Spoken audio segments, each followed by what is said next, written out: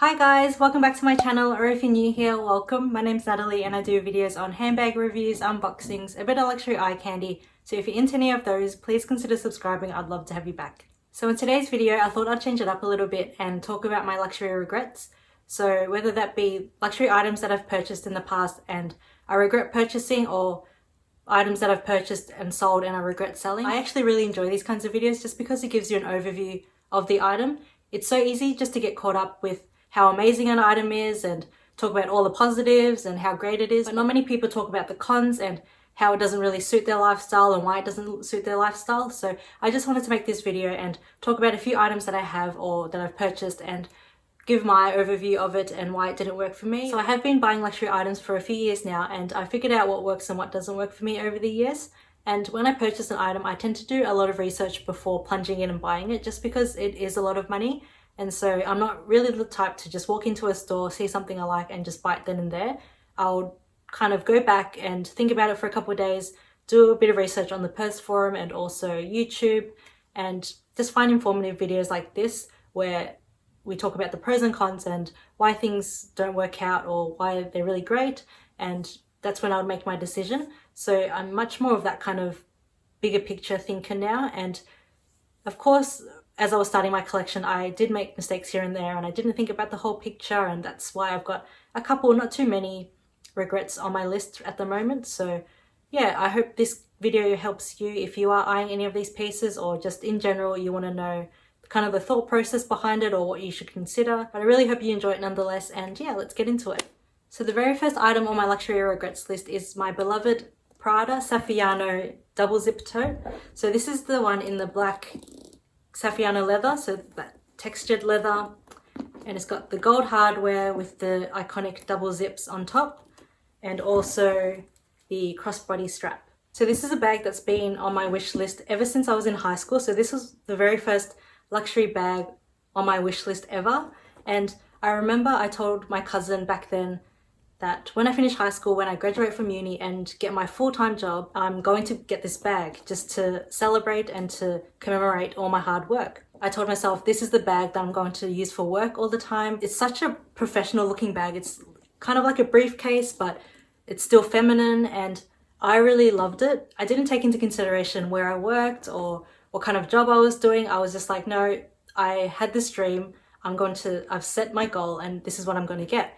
And so I did, and it's a regret for me because the work environment that I'm in, no one really wears luxury items, no one really flaunts anything like that. It's a very understated workplace that I work at, and carrying a bag like this, like a Prada bag, like not even my boss or my managers carry designer handbags. So for me, starting off in my first job, carrying this bag, it's like, who do you think you are? It was so uncomfortable. I think I carried it around for maybe 1 or 2 weeks at most, and I just felt so uncomfortable. Like I would just hold it like this all the time and try and like dodge everyone when I walked into the office, and then I'll kind of like shove it under my desk and try not to let anyone see it, which is defeats the purpose. Like, it's a luxury item, you should enjoy it when you use it. So that's why it's a regret for me. And I'd always recommend, if you are considering buying a bag or an item, always consider your environment and do a quick reality check, because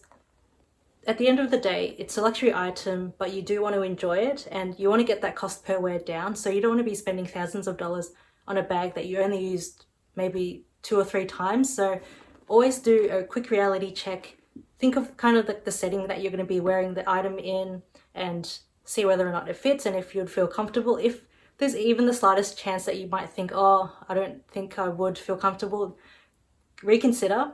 And I know you shouldn't be thinking about what other people think, but at the end of the day, it's how you feel. So that's why I'd say, yeah, just do a quick reality check and consider your environment. So unfortunately, this is a regret for me. So the next item on my luxury regrets list may come as a surprise, but it is the Louis Vuitton mini Pachette. So you might be thinking, what? I thought you loved the mini Pachette. You rave about it. You talk about it so much. You've done videos on it, and I do. I really love the mini Pachette, but what I mean by it's a luxury regret is that I did actually own the mini Pachette 5 years ago, and I sold it probably like a year later, and I regret selling it just because of how hard it is to find now and how much the price of it's gone up. I regret selling it, and yeah, as I said, I just wasn't using it back then. I didn't know all the different ways you could wear it. Mini bags weren't really a thing back then, so I would mainly just use it as a catch-all inside my bags, but even then I didn't really need it, or I didn't see a real function for it. And the mini pochette was so easy to get your hands on. It was just available. If you just went in store, you could just pick it up.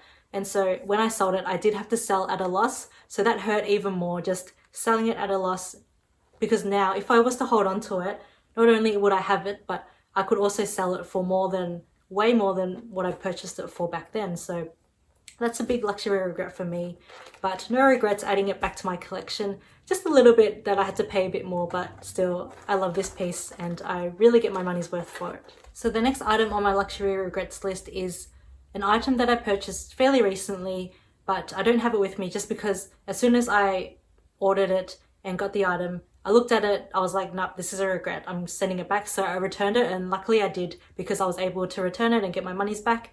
But it's the Louis Vuitton Mini Boîte Chapeau in the reverse monogram canvas. In the reverse monogram canvas, I just absolutely love the print. I just think the Mini Boîte Chapeau in reverse monogram canvas is so adorable. You know, I love my splashes of reverse monogram. I do have the reverse monogram canvas card holder, so I just like a little splash of it. And in the Mini Boîte Chapeau, because it is just like a round small circle, it's just got a splash of the reverse monogram and it's so cute. I just think it looks like a little cookie, like it's really cute. So that's why I really loved it, and I kept thinking about it. And if you know me, I like to do my research, so I researched a lot about it, and a lot of people are saying it doesn't fit much, it's more just for looks and all this stuff. But I just kept thinking about it, so I decided to just place an order on the Louis Vuitton website and get it. And when I did, my heart kind of sank a little bit. I was like, oh, because it is really expensive for just a tiny little bag. It's probably, no joke, this big, and it was over 3,000, so more than my Palm Springs mini backpack. So yeah, it's crazy just for this tiny little bag, but you are purchasing it because it's kind of like a piece of luggage or part of Louis Vuitton's trunk collection, just because it's in the boîte chapeau shape, which is like a hat box, and it's kind of got that aesthetic to it. So when I received it, as soon as I opened it, I was like, oh, it's so tiny. It's probably literally the shape of the size of my Chloe Nile. So it's probably, no joke, it was the size of this bracelet here. It was like that big.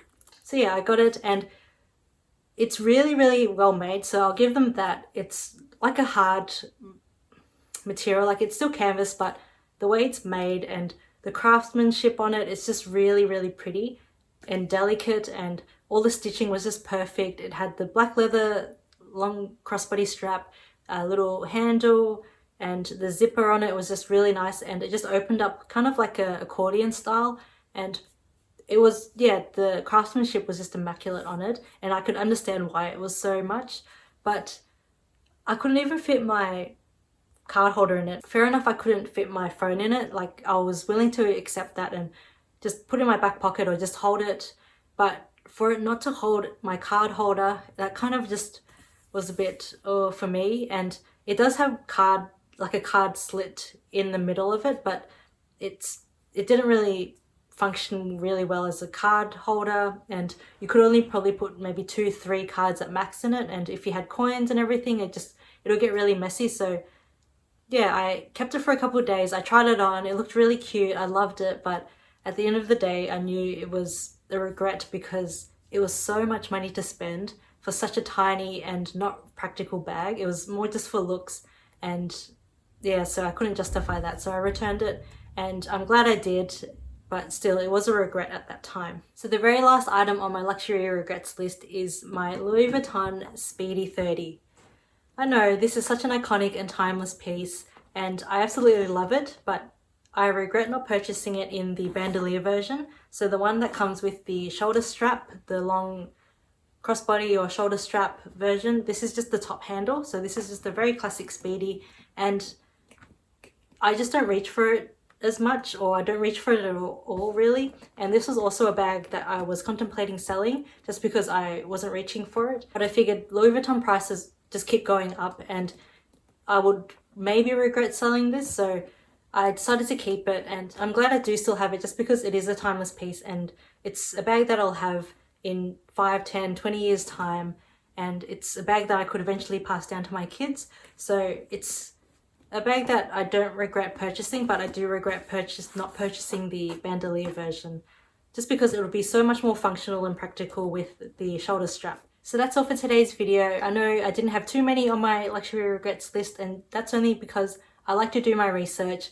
I tend to think about items before plunging in and purchasing them, just because luxury items are really expensive.